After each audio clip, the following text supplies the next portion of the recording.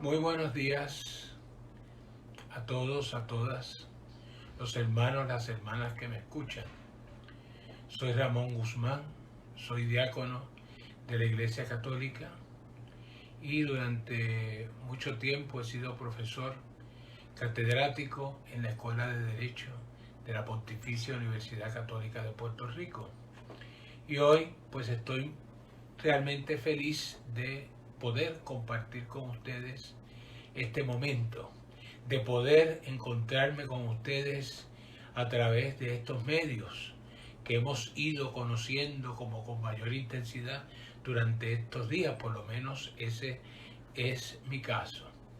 Y entonces es una experiencia muy bonita porque los cristianos, las cristianas, somos gente que hemos nacido para encontrarnos, que hemos nacido para compartir, para formar una comunidad, para vivir en comunidad, para vivir a imagen de nuestro Dios, que es un Dios que es una comunidad, un Dios que es una familia, ¿verdad? Un Dios que está continuamente, eternamente unido.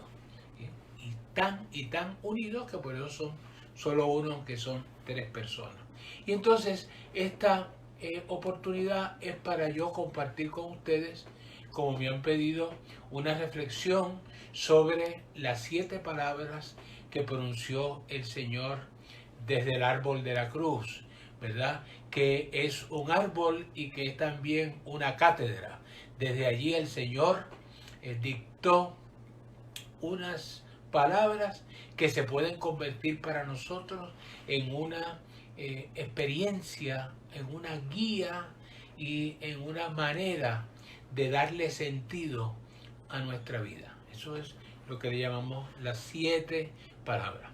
Ese sermón de las 7 palabras de Jesucristo en la cruz es una hermosa tradición de la iglesia. Es con toda seguridad el sermón más escuchado en el mundo entero.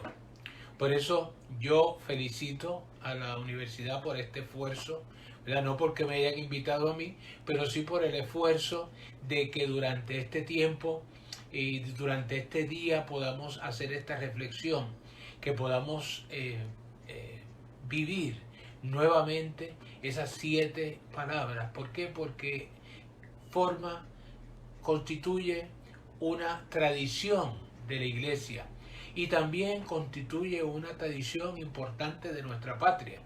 Es decir, aunque ahora hay otras distracciones, hay muchas cosas que hacer, pero realmente la atención del sermón de las 7 palabras es una de las, digamos, de las tareas, de las costumbres, de las vivencias que tiene un católico los Viernes Santos. Nosotros pues lo vamos a hacer martes, lo tradicional es el viernes, pero no importa, lo importante es que lo podamos vivir, que lo podamos reflexionar.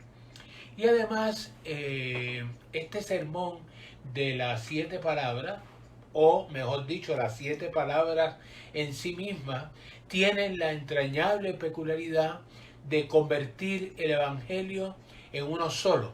El Evangelio es uno, el Evangelio es Cristo, ¿verdad? Y que tiene distintas, en el canon de la Biblia, pues entraron solamente 4 manifestaciones, 4 versiones de ese evangelio, ¿verdad? El evangelio de Mateo, el evangelio de Marcos, el de Lucas y el de Juan.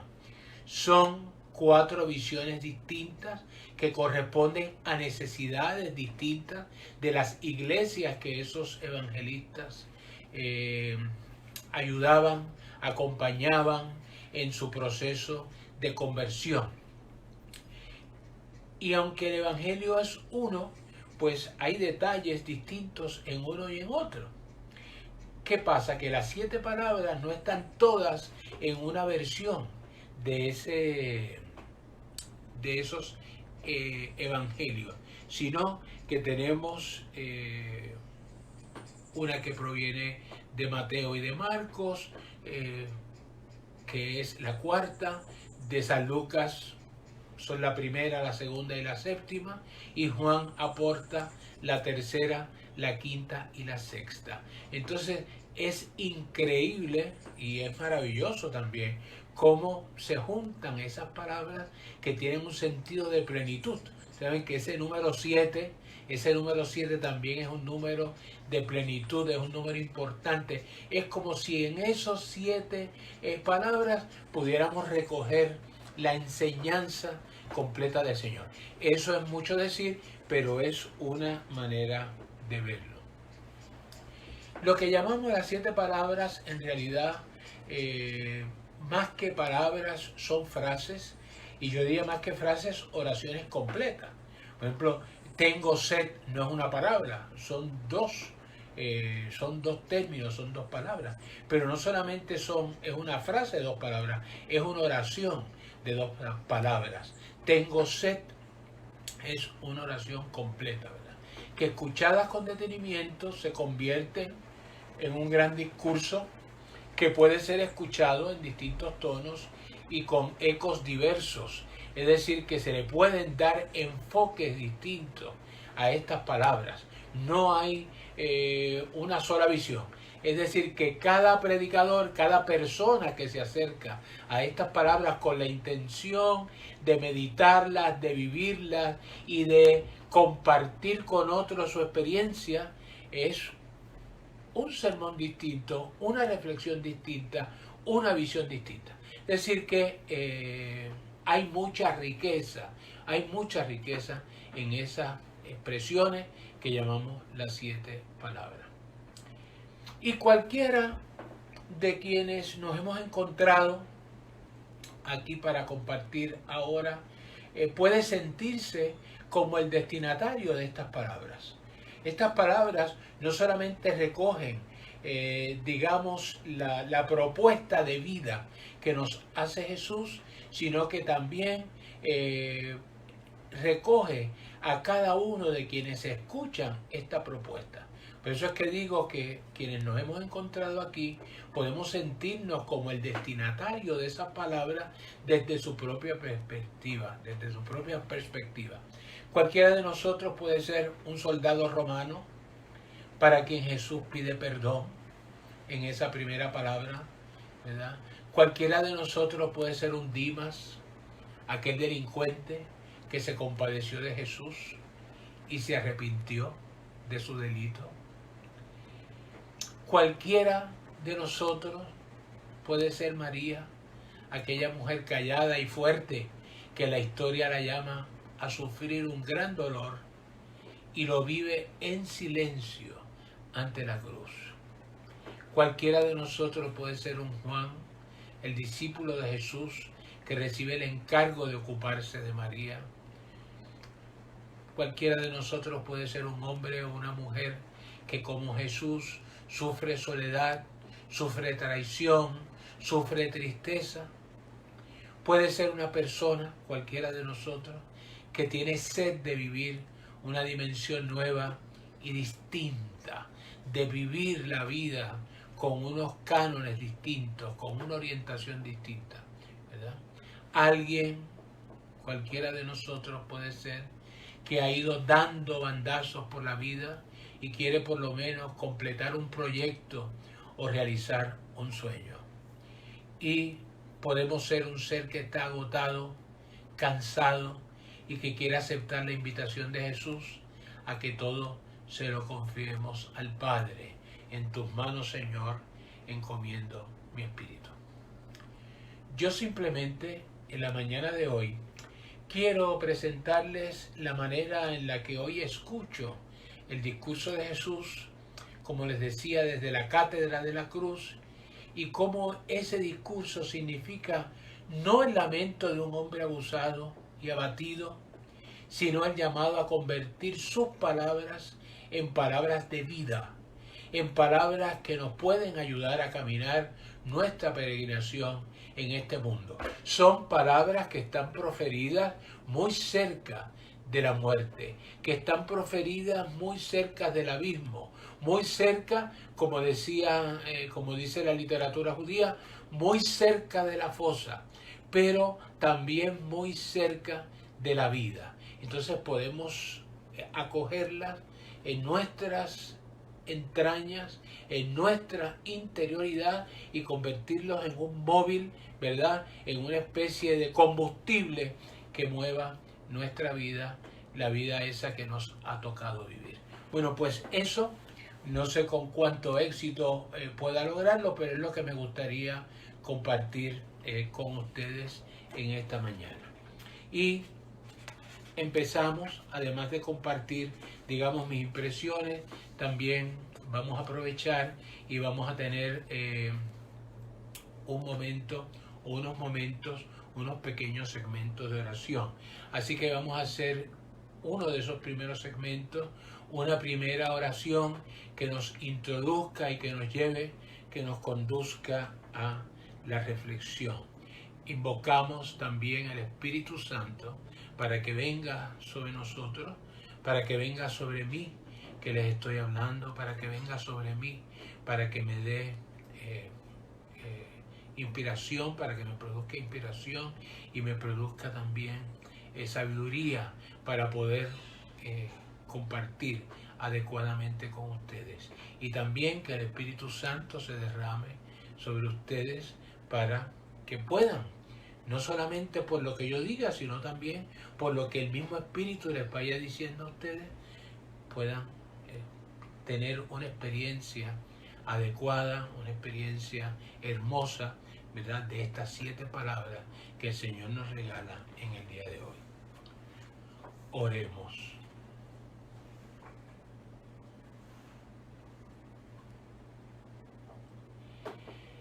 Señor Jesucristo, enviado del Padre para redimir al mundo, déjanos sentir la fuerza y el amor de tu palabra viva y resucitadora.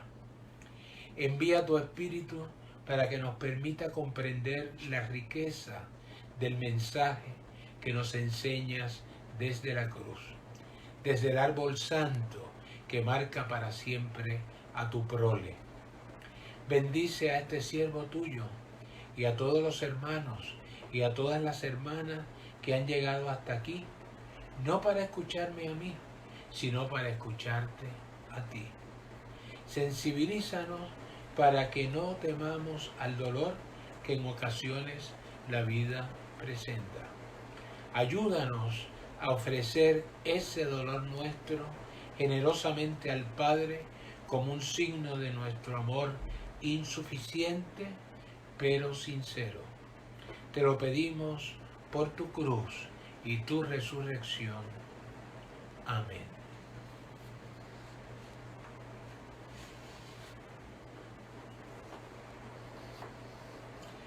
La primera palabra de Jesús está tomada de Lucas, en el capítulo 23. Nos cuenta el evangelista que llevaban además otros 2 malhechores para ejecutarlos con él. Llegados al lugar llamado Calvario, le crucificaron allí a él y a los malhechores, uno a la derecha y otro a la izquierda. Jesús decía: Padre, perdónales porque no saben lo que hacen.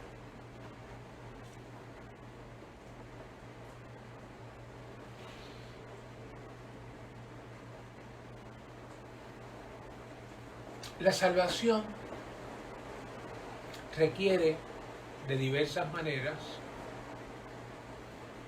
Unas maneras son sacramentales, otras maneras son estéticas, otras vías son psicológicas, pero toda salvación requiere, podríamos decir, higiene del alma, requiere limpieza del alma. Y todas nosotras vamos sobre la salvación. Todas queremos salvarnos. Y eso es lo lógico. Lo ilógico, lo que no tendría sentido, es que fuéramos por otro camino, que fuéramos por un sendero que no nos condujera a la salvación. Bueno, pues toda salvación requiere higiene del alma, requiere limpieza, por decirlo de una manera más clara, requiere limpieza del alma. Y ahí es que el perdón se nos convierte en una herramienta fundamental de nuestra vida. Sin el perdón no hay higiene, porque sin el perdón lo que va creciendo en nuestro interior es el rencor, el mal sentimiento, el envenenamiento. Seguimos recreando, viviendo ese pasado negativo, esas experiencias negativas. Un pasado que realmente lo mejor que podemos hacer es olvidarlo, porque eso es un pasado que ya no puede cambiar. Lo que pasó, pasó. Por tanto, no tenemos por qué estar reviviéndolo y no podemos seguir cultivando en nuestro interior esos malos recuerdos, esas traiciones, esas componendas, esas cosas negativas. Perdonar.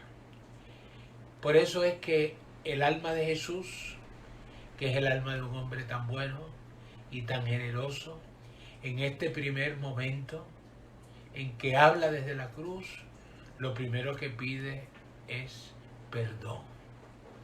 Es perdón. Y realmente cuando nosotros pensamos en el perdón, y sobre todo cuando pensamos en el perdón de Dios, podríamos concluir sin mucho temor a equivocarnos que realmente a Dios no les hace tanta falta perdonarnos. A Dios no le interesa perdonarnos, no tiene que hacerlo, porque Él hace una cosa que va más allá del perdón, algo que es más importante que el perdón. El Señor nos comprende, y cuando uno comprende a una persona, cuando uno comprende a un amigo, cuando uno comprende a un compañero, cuando uno comprende a su cónyuge, cuando uno comprende a la autoridad, se da cuenta que ya no tiene necesidad de perdonarla. Ya no tiene necesidad de decirle yo te perdono. ¿Por qué? Porque yo te he comprendido.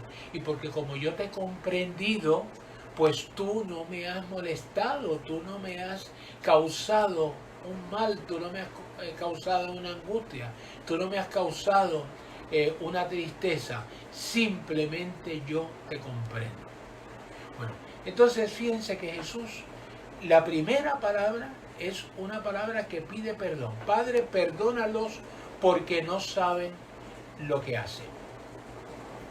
Y no es que Dios tiene que perdonar o necesita perdonar, sino que Jesús pide esa acción de Dios para enseñarnos a nosotros que debemos perdonar. A lo mejor quizás comprender a todo el mundo y comprenderlo en todo momento y llegar a eso que podemos decir, no, eso solamente lo puede hacer Dios, comprender de tal manera que Él no tenga que perdonar. Oye, pero por lo menos nosotros sí podemos hacer, nosotros sí podemos sentir ese perdón. Y eso es lo que quiere Jesús, ¿verdad? Y esta necesidad del perdón no es una verdad única del cristianismo.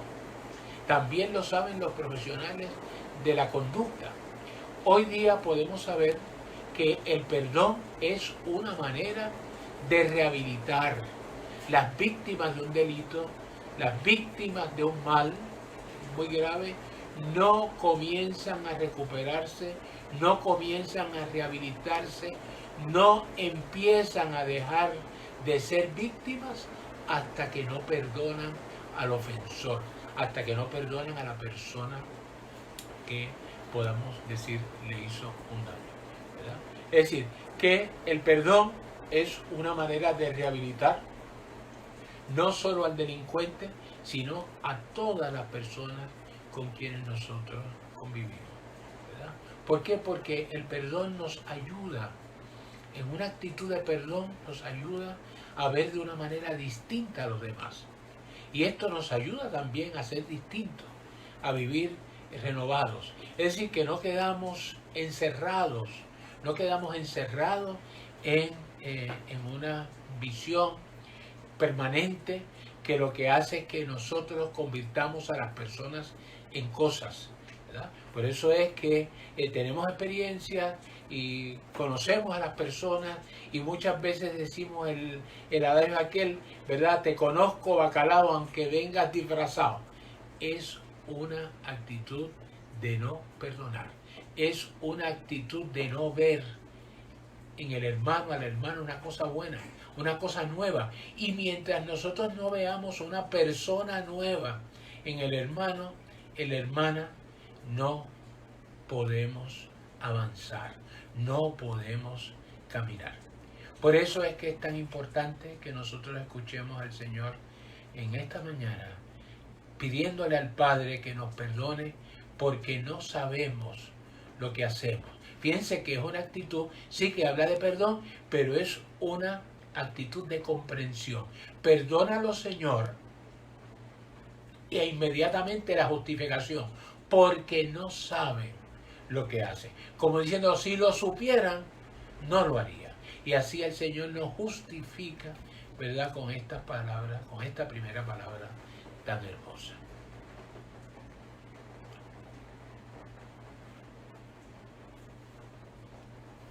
Oremos.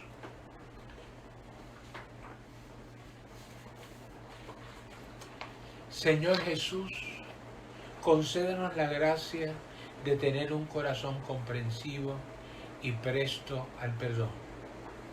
Ayúdanos a abrazar a quienes incurren en alguna falta o cometen algún pecado. Permite que ellos y ellas sientan nuestro abrazo, nuestra comprensión y nuestro perdón. Fortalece nuestro espíritu para que no olvidemos interceder por los hermanos y las hermanas con quienes convivimos a diario. Conviértenos así en corredentores de aquellos a quienes tú nos has puesto en nuestro camino. Propicia, Señor, que también nosotros seamos comprendidos y que sintamos en el alma el perdón que nos prodiguen. Infunde en nuestros espíritus un afán incansable de amor total y de comprensión plena. Te lo pedimos por tu cruz y tu resurrección. Amén.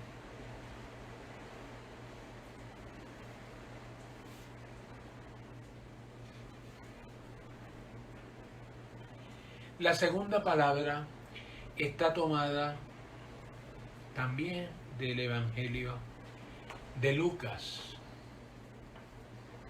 Nos dice el evangelista: uno de los malhechores colgados le insultaba: ¿no eres tú el Cristo? Pues sálvate a ti y a nosotros. Pero el otro le increpó: ¿es que no temes a Dios, tú que sufres la misma condena? Y nosotros con razón, porque nos lo hemos merecido con nuestros hechos. En cambio, este nada malo ha hecho. Y decía: Jesús, acuérdate de mí cuando vengas con tu reino. Jesús le dijo: te aseguro, hoy estarás conmigo en el paraíso.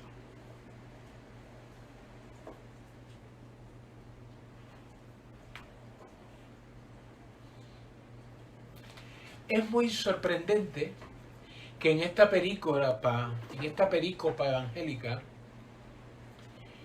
el ladrón, que le llaman el buen ladrón, cosa que no debe ser, porque ningún ladrón es bueno. El Señor nos libre de ver que algunos ladrones son buenos. Y entonces este ladrón, curiosamente, le pide al Señor: Señor, no te olvides de mí cuando vengas con tu reino. Le habla del reino. Y sin embargo Jesús, cuando contesta inmediatamente, porque es como si Jesús es un hombre que está allí, un Salvador que está allí, haciendo lo que le corresponde, viviendo, cumpliendo la misión que le mandaron a cumplir, que le mandaron a hacer, y está como esperando que le pidan salvación, para él inmediatamente prodigarla. Y entonces este ladrón que le pide el reino, que es lo que Jesús ha predicado, que es lo que Jesús ha enseñado, el reino de Dios, Mateo le llama el reino de los cielos, pero se refiere a lo mismo. Jesús le habla del paraíso. ¿Y qué tienen que ver el paraíso y el reino? Bueno, tienen que ver muchísimo. ¿Por qué? Porque nosotras en la vida, lo que vamos buscando es precisamente un paraíso. Nosotros vamos buscando un paraíso. Algo donde no tenga que haber esfuerzo, donde no tenga que haber trabajo, donde no tenga que haber lamentación. Vamos buscando un mundo, siguiendo de cerca el texto del Génesis, vamos buscando un mundo donde las mujeres puedan parir a sus hijos sin dolor. Buscamos un paraíso, soñamos con un paraíso. Y Jesús lo sabe.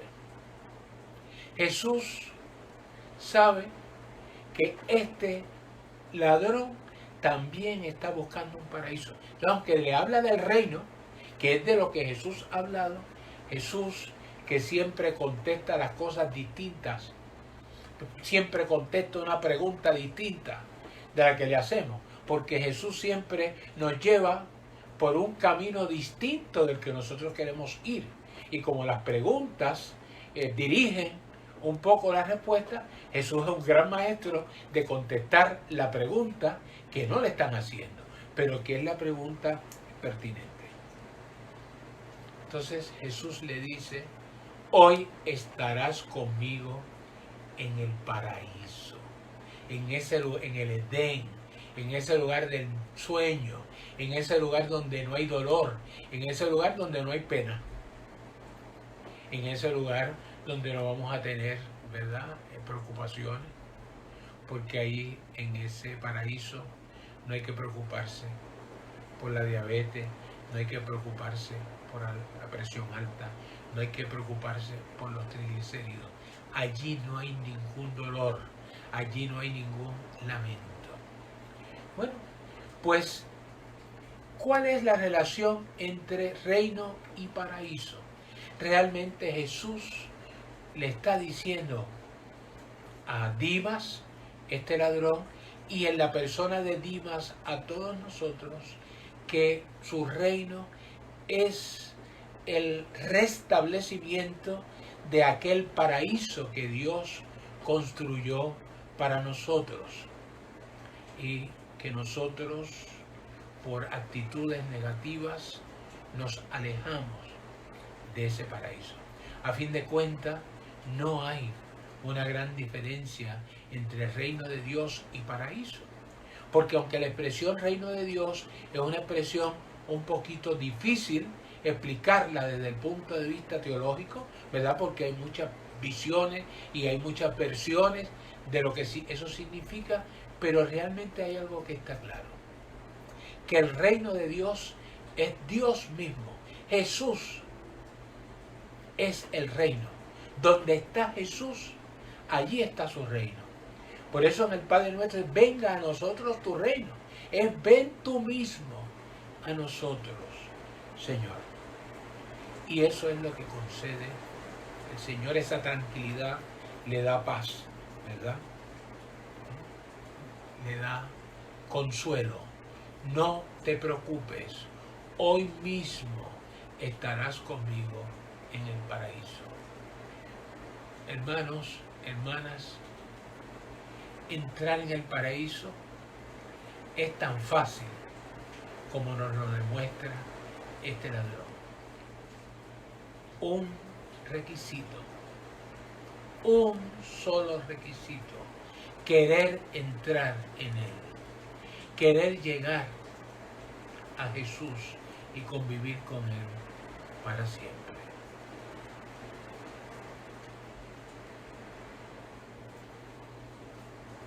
Oremos.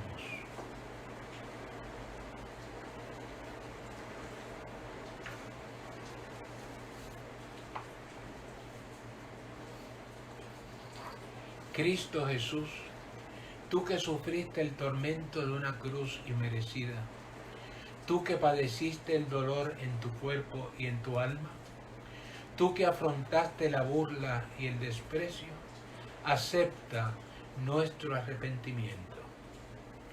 Nos acercamos a ti para que tu redención se derrame sobre nuestra flojera de espíritu y nuestra debilidad en el momento de la tentación. Queremos que nos ayudes a salvarnos. Un corazón quebrantado y humillado, tú no lo desprecias. Mira con simpatía nuestro corazón y ábrenos las puertas de tu paraíso. Te lo pedimos por tu cruz y por tu resurrección. Amén.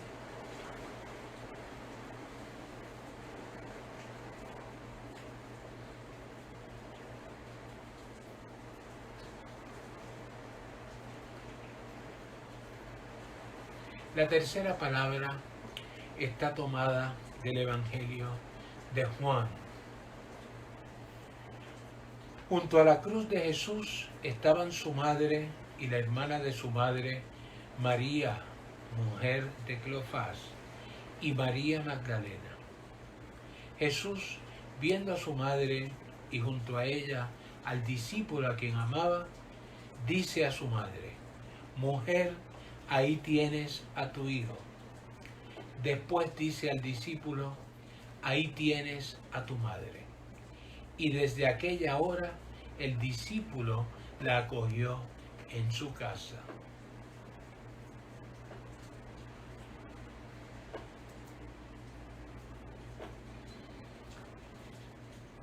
La relación de Cristo con María no es tan difícil de imaginar, porque es la misma relación que existe entre cualquier hijo varón y su mamá, entre cualquier hijo varón y su madre. Existe entre ellos una relación que es inefable, es decir, que no se puede explicar con palabras, una relación inefable de sangre y de afecto. Incluso recientemente se ha descubierto que después del parto, el hijo varón deja células madres en el cuerpo de su mamá. Y por eso, cuando su mamá se enferma, esas células acuden inmediatamente a atender la enfermedad de la madre. Y por eso es que, curiosamente, nuestras madres se enferman y de momento se curan, a veces sin haber tomado ningún medicamento.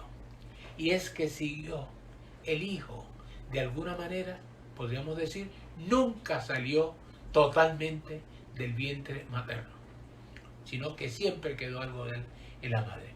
Bueno, pues eso también le pasó a María. Jesús quedó permanentemente dentro de ella. Y Jesús, que es el hombre más generoso que ha vivido entre nosotros, Jesús, que es el hombre más desprendido, que no quiere nada para él, llegado a este momento límite, este trance tan terrible, en medio de ese dolor, él dice, yo tengo que compartir a mi mamá con todos los hombres y con todas las mujeres. Y allí, en la persona de Juan, con Juan, junto con Juan, todas nosotras nos convertimos en hijos de la Madre del Señor. El Señor sabe la función que tiene una madre, y quizás podemos decir que tienen incluso pues todas las mujeres, porque de alguna manera, aunque no me gustaría darle un enfoque a esto que pueda verse como una visión machista de la mujer, pero lo que nosotros vivimos y lo que vemos continuamente es que las mujeres todas, hayan parido o no hayan parido, son madres. Las mujeres tienen que ser madres de sus hijos, tienen que ser madres de su esposo, tienen que ser madres de sus vecinos que se enferman, que tienen que limpiar, que tienen que cocinar, y terminan, curiosamente, siendo madres de su propio padre y de su propia madre. Es decir, que hay en la figura de la mujer, y sobre todo en la figura de la madre, una realidad maravillosa.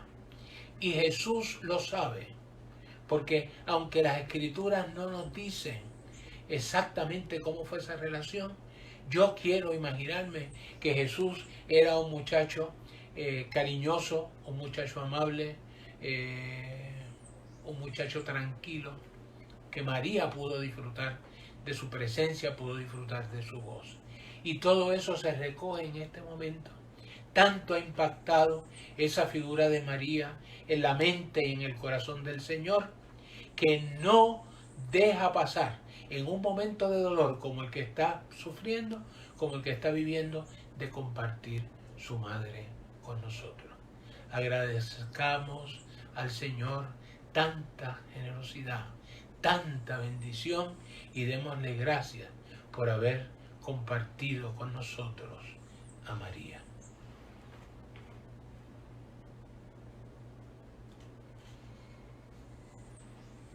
Oremos.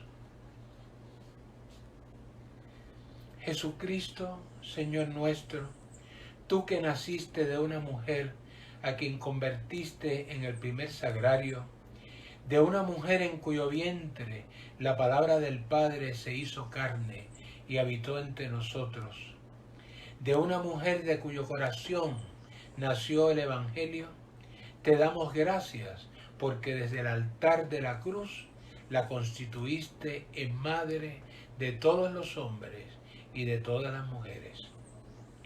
Sabemos que ella siempre está ahí, a nuestro lado, aunque no siempre nosotros estamos junto a ella.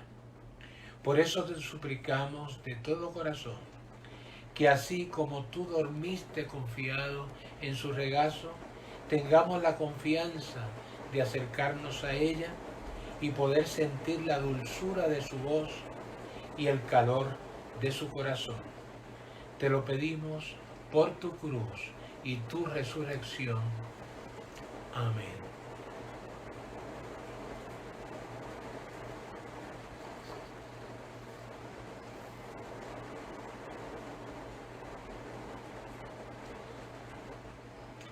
La cuarta palabra está tomada del Evangelio de Mateo.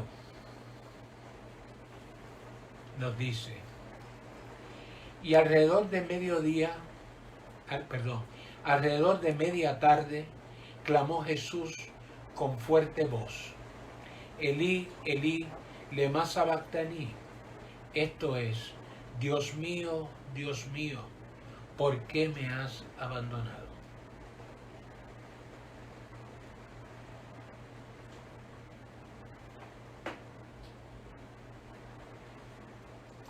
Muchas veces, cuando nos acercamos a esta cuarta palabra,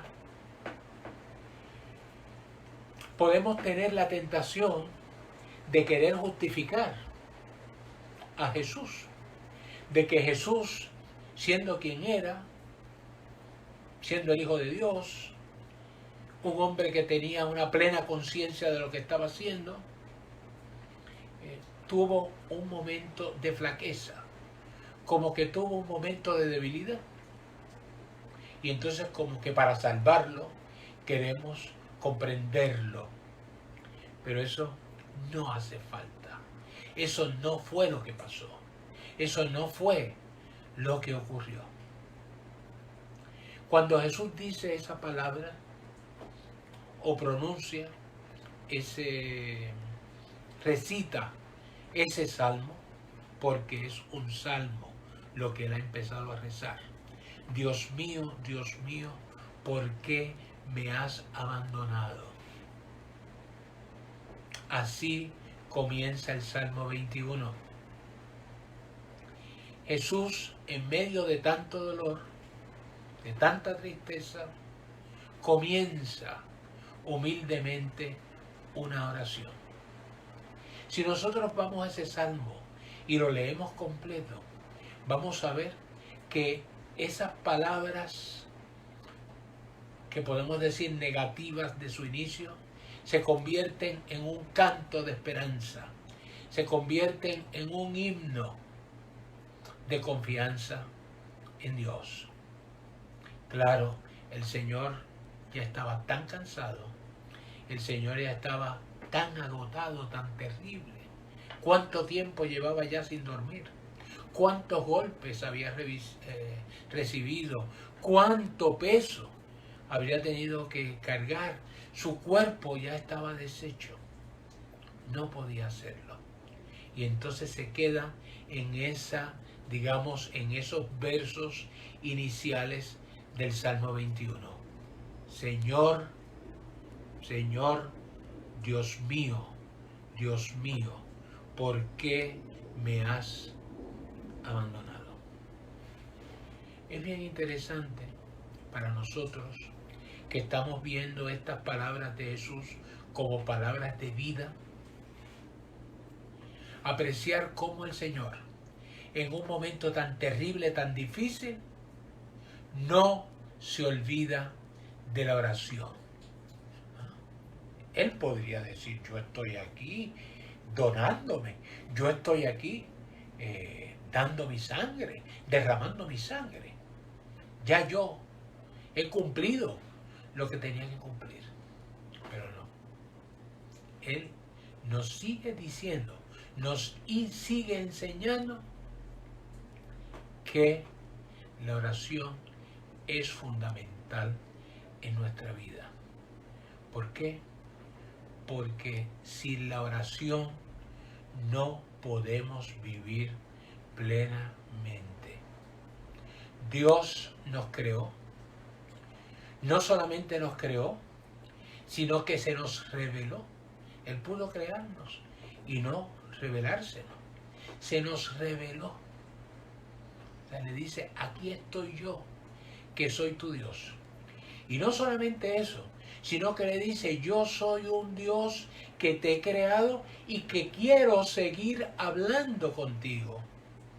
Y para eso tenemos la palabra. Y no solo eso, sino y yo estoy aquí con mis oídos para escucharte, para que tú me digas cómo te sientes ante mi palabra, para que tú me digas cómo tú reaccionas, para que tú me digas cómo te ha interpelado mi palabra y para que tú me digas qué tú quieres que yo haga por ti, qué tú quieres que yo haga para ayudarte a lograr eso que mi palabra ha suscitado en tu corazón. Ese es, hermanos, hermanas, el gran regalo, la gran donación que nos hace el Señor en esta cuarta palabra.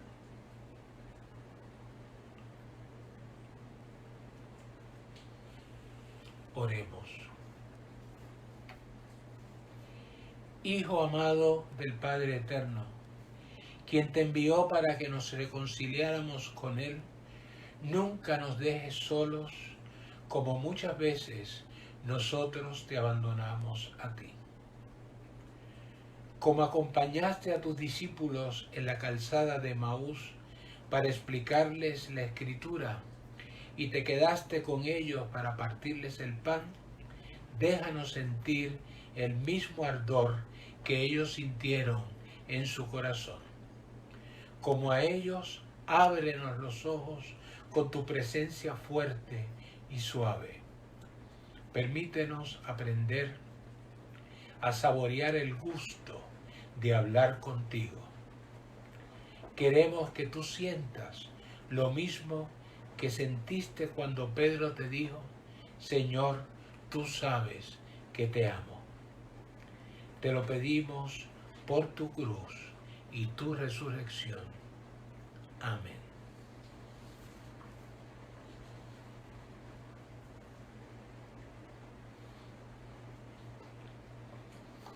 La palabra quinta también está tomada del Evangelio de Juan.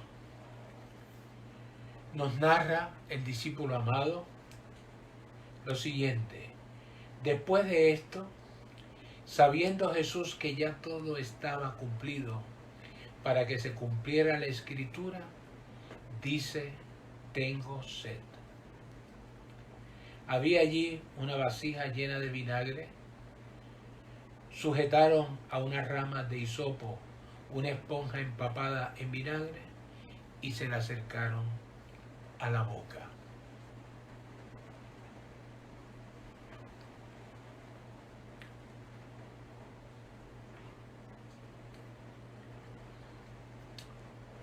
Quien ha padecido mucha hambre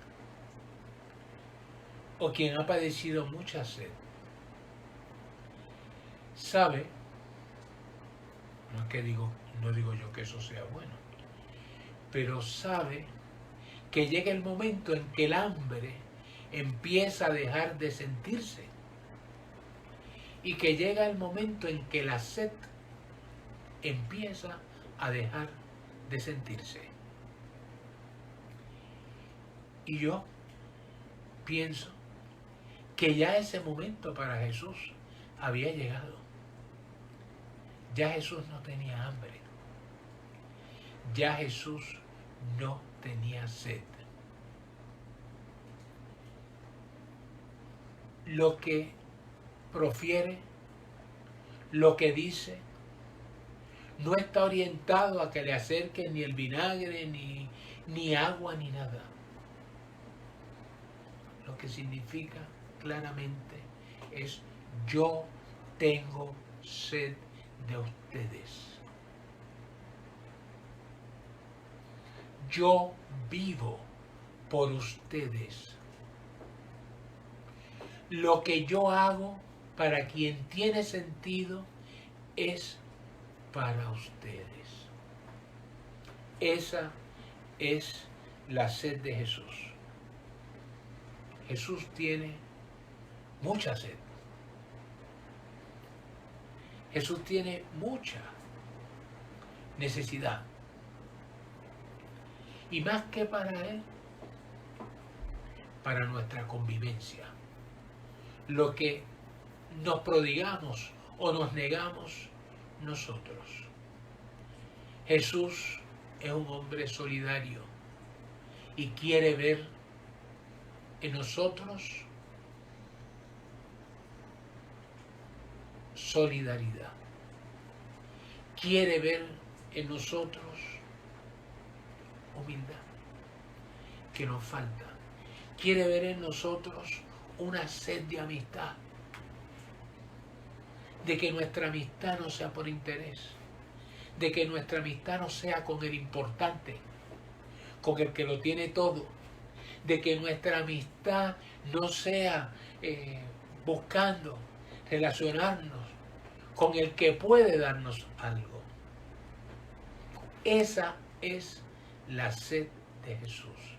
Jesús quiere cosas más altas, más nobles, más importantes.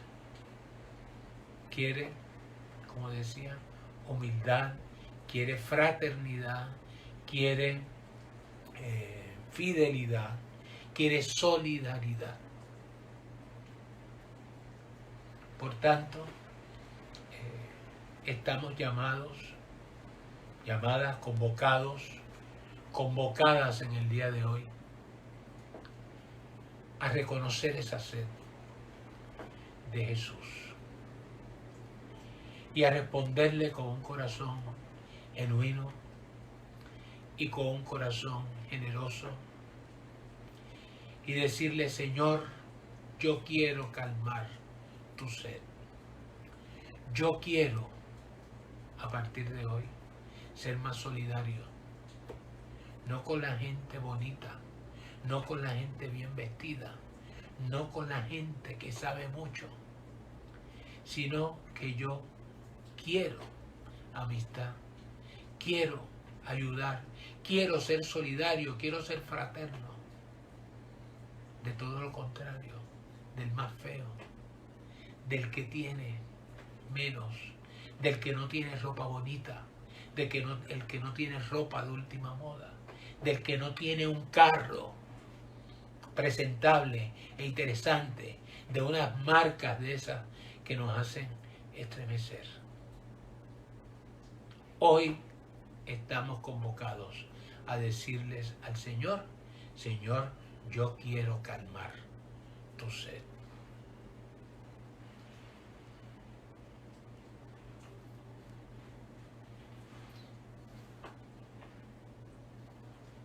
Oremos.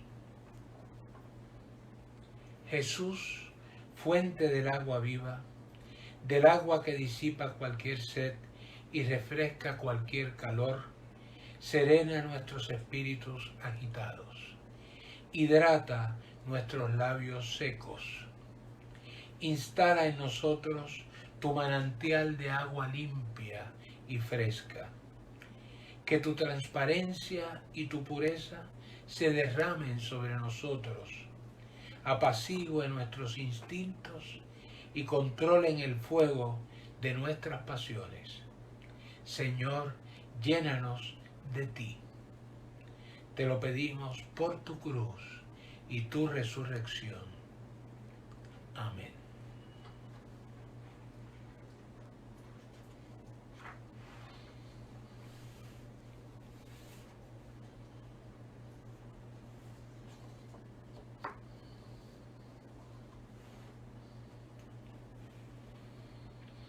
La sexta palabra está tomada también del Evangelio de Juan. Nos dice que cuando tomó Jesús el vinagre, dijo: todo se ha cumplido.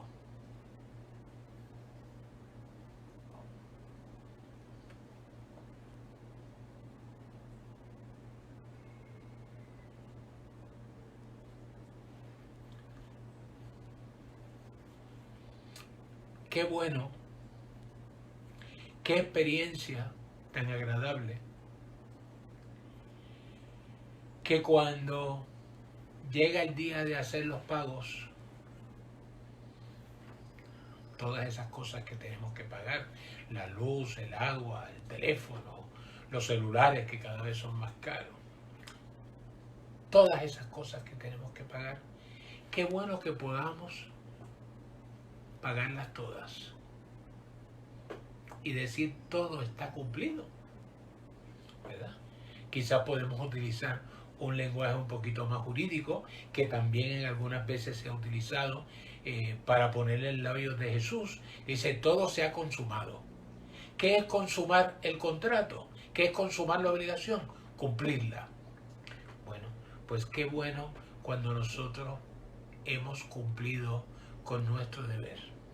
Qué satisfacción tan grande. Y esa es la gran satisfacción que tiene el Señor en este momento, que Él no le ha fallado al Padre, que Él cumplió la misión que el Padre le dio.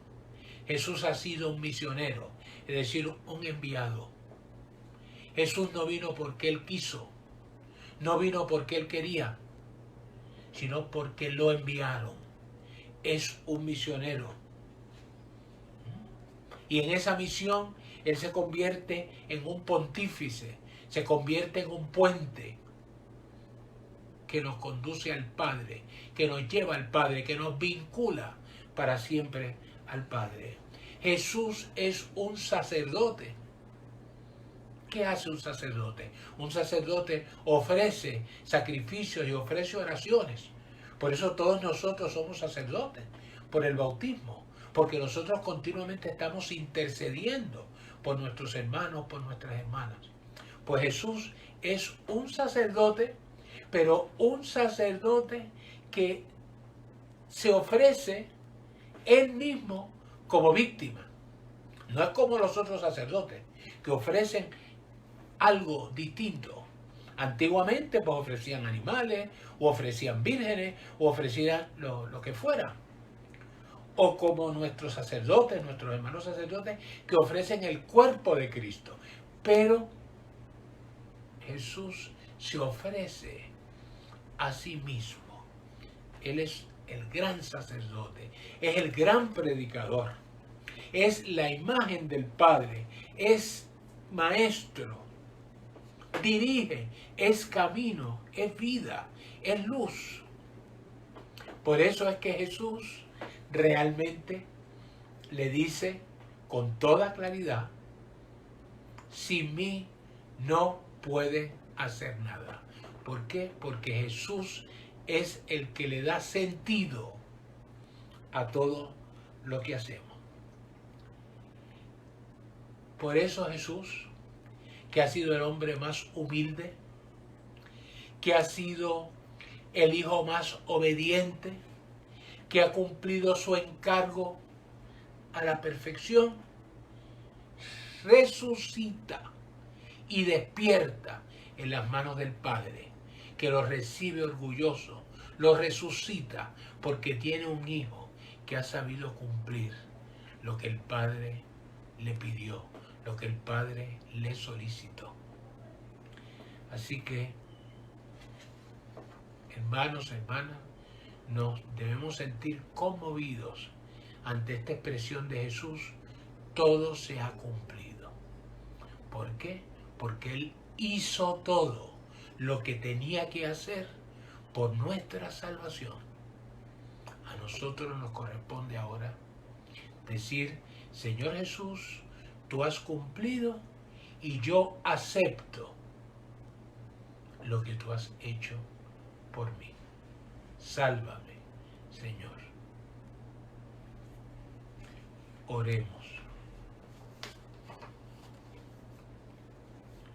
Salvador del mundo, que en medio de un terrible dolor sentiste el consuelo de haber completado la misión que te encomendó el Padre, hazte presente en nuestras vidas y auxílianos con tu fuerza magnífica, de tal modo que podamos sentir la satisfacción y el gozo de atender responsablemente todos nuestros compromisos y de todas las diligencias que tú esperas de nosotros. Líbranos de la pereza y de la dejadez.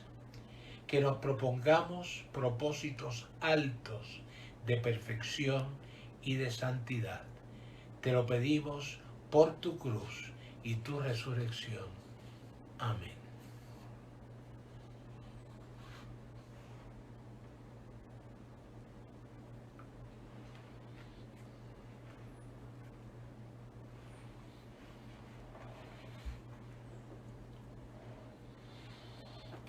La séptima palabra está tomada del Evangelio de Lucas. Nos dice el evangelista: era ya cerca del mediodía cuando se oscureció el sol y toda la tierra quedó en tinieblas hasta media tarde. El velo del santuario se rasgó por medio y Jesús, dando un fuerte grito, dijo: Padre, en tus manos pongo mi espíritu. Y dicho esto, expiró.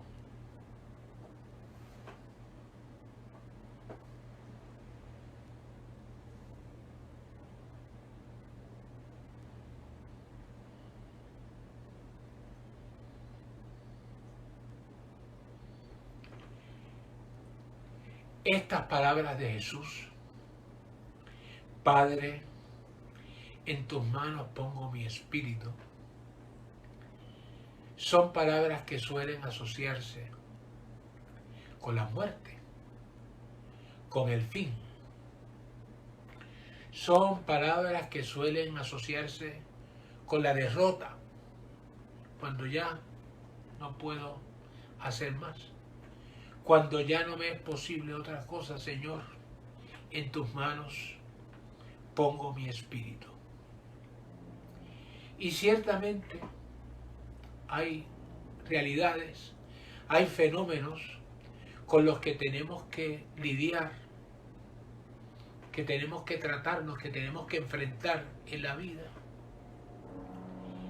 Y muchas veces nos damos cuenta de que ya nosotros no podemos hacer nada.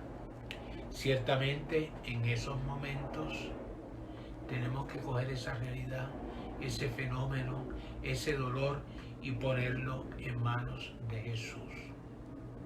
Es lo que nos dice el Padre Ignacio Larrañaga.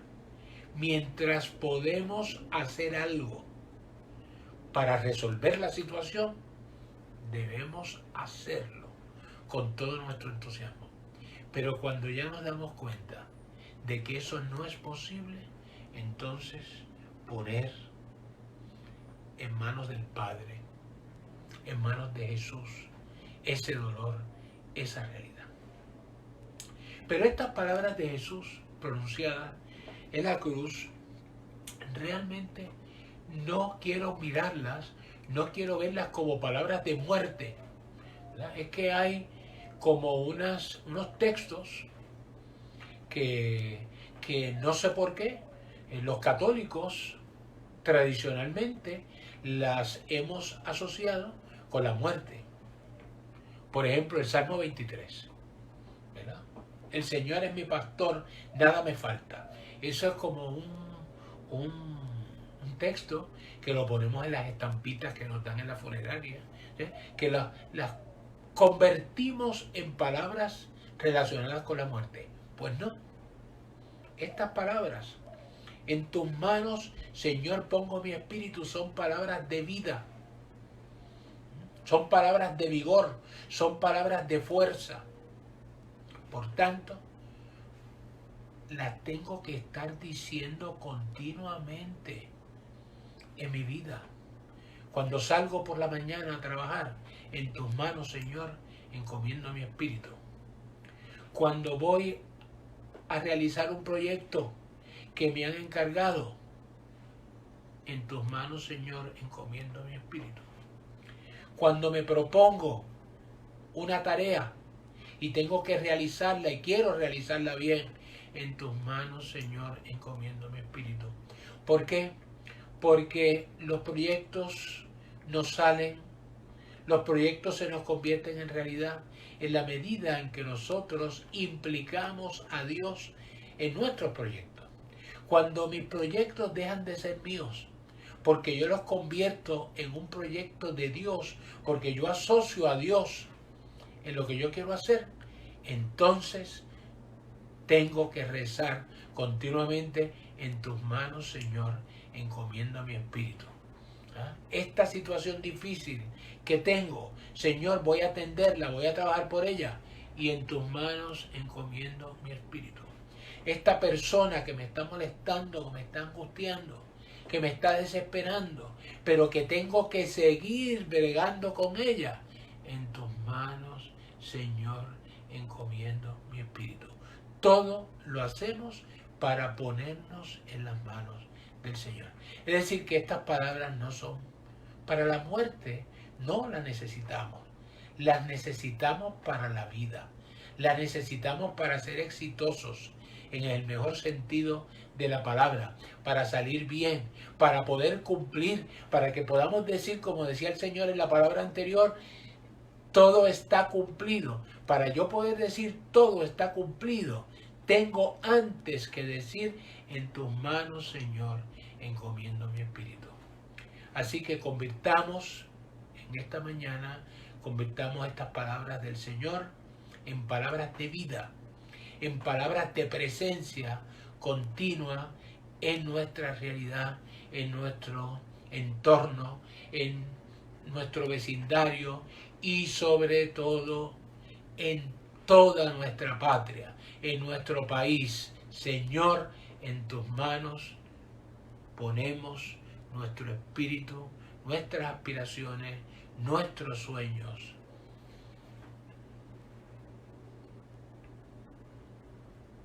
Oremos. Cristo, unigénito del Padre, que viniste a garantizar nuestra redención, concédenos el don de creer en ti y de sentir siempre tu compañía. Envíanos tu Espíritu para que ante todas las dificultades Él ponga en nuestros labios una oración de confianza en tu amor. En tus manos depositamos nuestros planes y todo aquello que consideremos importante.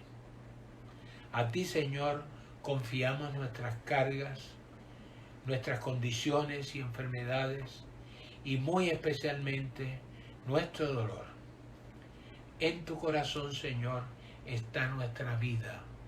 Acéptala. Te lo pedimos por tu cruz y tu resurrección. Amén.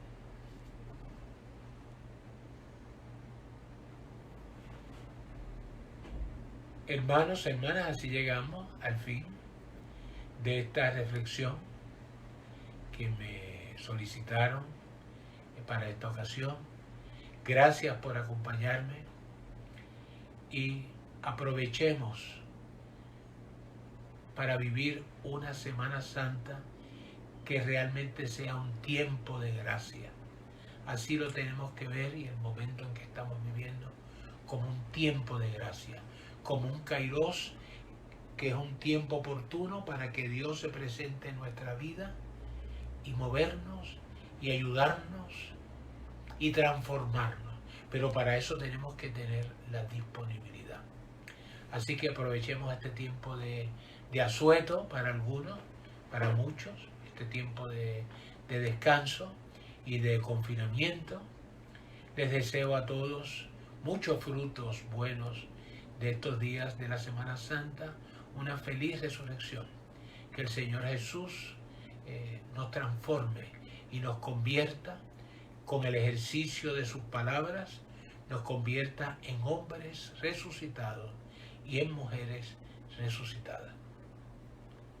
Y que la bendición de Dios Todopoderoso, que es Padre, Hijo y Espíritu Santo, descienda sobre ustedes y permanezca para siempre. Amén.